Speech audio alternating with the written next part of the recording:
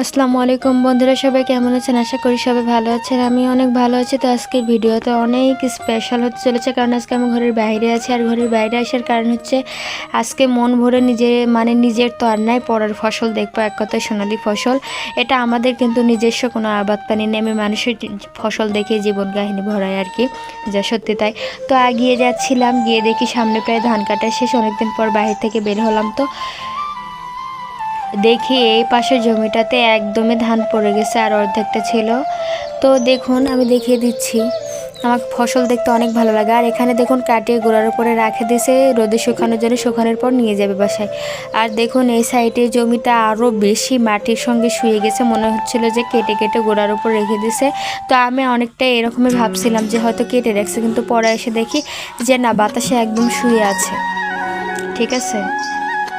তো আমি আস্তে আস্তে আরও সামনের দিকে যাচ্ছিলাম, কারণ পিছন থেকে একদমই ভালো দেখা যাচ্ছিল না, সামনে রোদের তাপের জন্য অন্ধকার দেখা যাচ্ছিল। আমি সামনে গিয়ে আরও ভালোভাবে ক্লিয়ার করবো, এই জন্য সামনের দিকে যাচ্ছিলাম। তো দেখুন এখানেও প্রায় শুয়ে রয়েছে ফসলগুলো, একদমই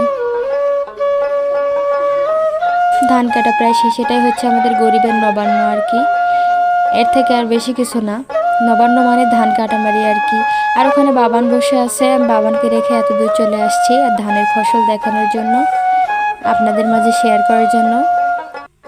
তো আমি আবার পায়ে গেছিলাম বাবানের কাছে, তো ওই ছায়াটা দেখে আমি নিজেই ভয় খেয়ে গেছিলাম, তো বাদ দিই।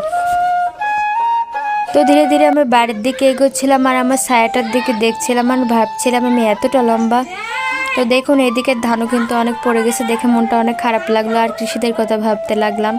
গরিব মানুষ এখন তো প্রায় হাজিরা পাওয়াই যাচ্ছে না, মানে লোক পাওয়া কষ্টকর কেটে নেওয়ার জন্য। হাজিরার দাম অনেক বেশি আর কি, গরিবদের পেটে লাথি দেওয়ার জন্য। মানে কি আর বলবো, দেশের পরিস্থিতি অনেক খারাপ। তো আমি বাড়ির দিকে রওনা দিচ্ছিলাম, আমার ফসল দেখা প্রায় শেষ, তো বাড়ির দিকে রওনা দিব।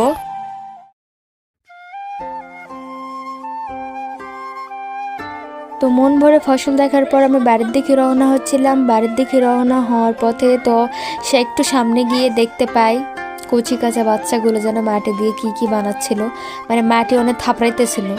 পাশে পুকুরটা দেখাই দিলাম আর কি। দেখুন এই পুকুরটা আমার দেখতে অনেক ভালো লাগে, সবুজ পানি, কি সুন্দর।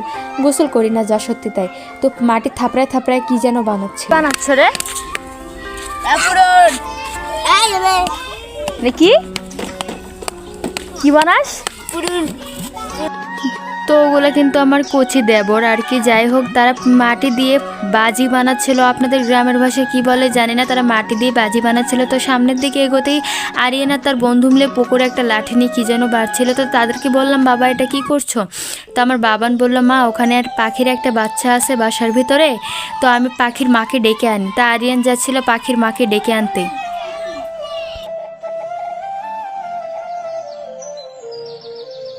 কি ভাবছো, ভিডিও কি এখানেই শেষ? একদম না, পার্ট 2 আসতেছে।